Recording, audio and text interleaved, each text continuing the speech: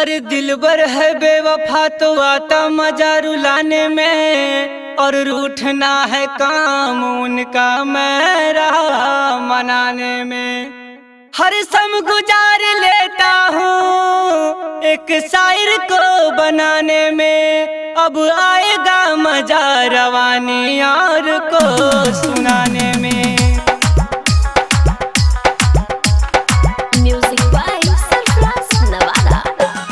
अब तेरे देख गोरी अब तेरे देख गोरी अब पटना जंक्शन रेलगाड़ी।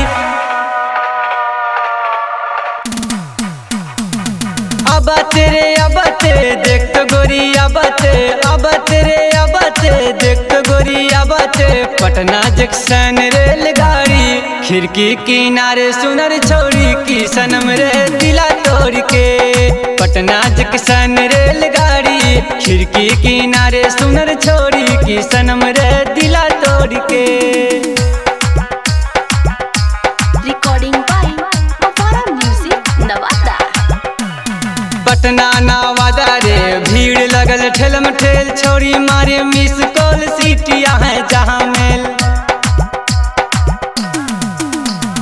पटना नवादा रे भीड़ लगल ठेलम ठेल, छोड़ी मारे मिस कॉल सीटिया है जहाँ मेल। अब तेरे देख गोरी अब तेरे देख गोरी अब गिरियक हटिया बस गाड़ी।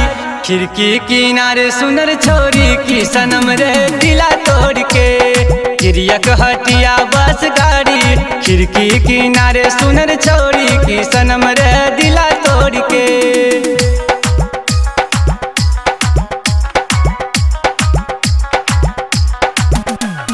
श्री देवी लगे बाल हीरोइन जैसे लगे चाल, बूढ़ा संगे हंसी ठेठा छोड़ा से करे बवाल। श्री देवी लगे बाल हीरोइन जैसे लगे चाल, बूढ़ा संगे हंसी ठेठा छोड़ा से करे बवाल। अब तेरे देख गोरी अब तेरे देख गोरी अब सोनपुर हटिया रेलगाड़ी। खिड़की किनारे सुनर छोरी की सनम रे दिला तोड़ के, सोनपुर हटिया रेलगाड़ी। खिड़की किनारे सुनर छोरी की सनम रे दिला तोड़ के।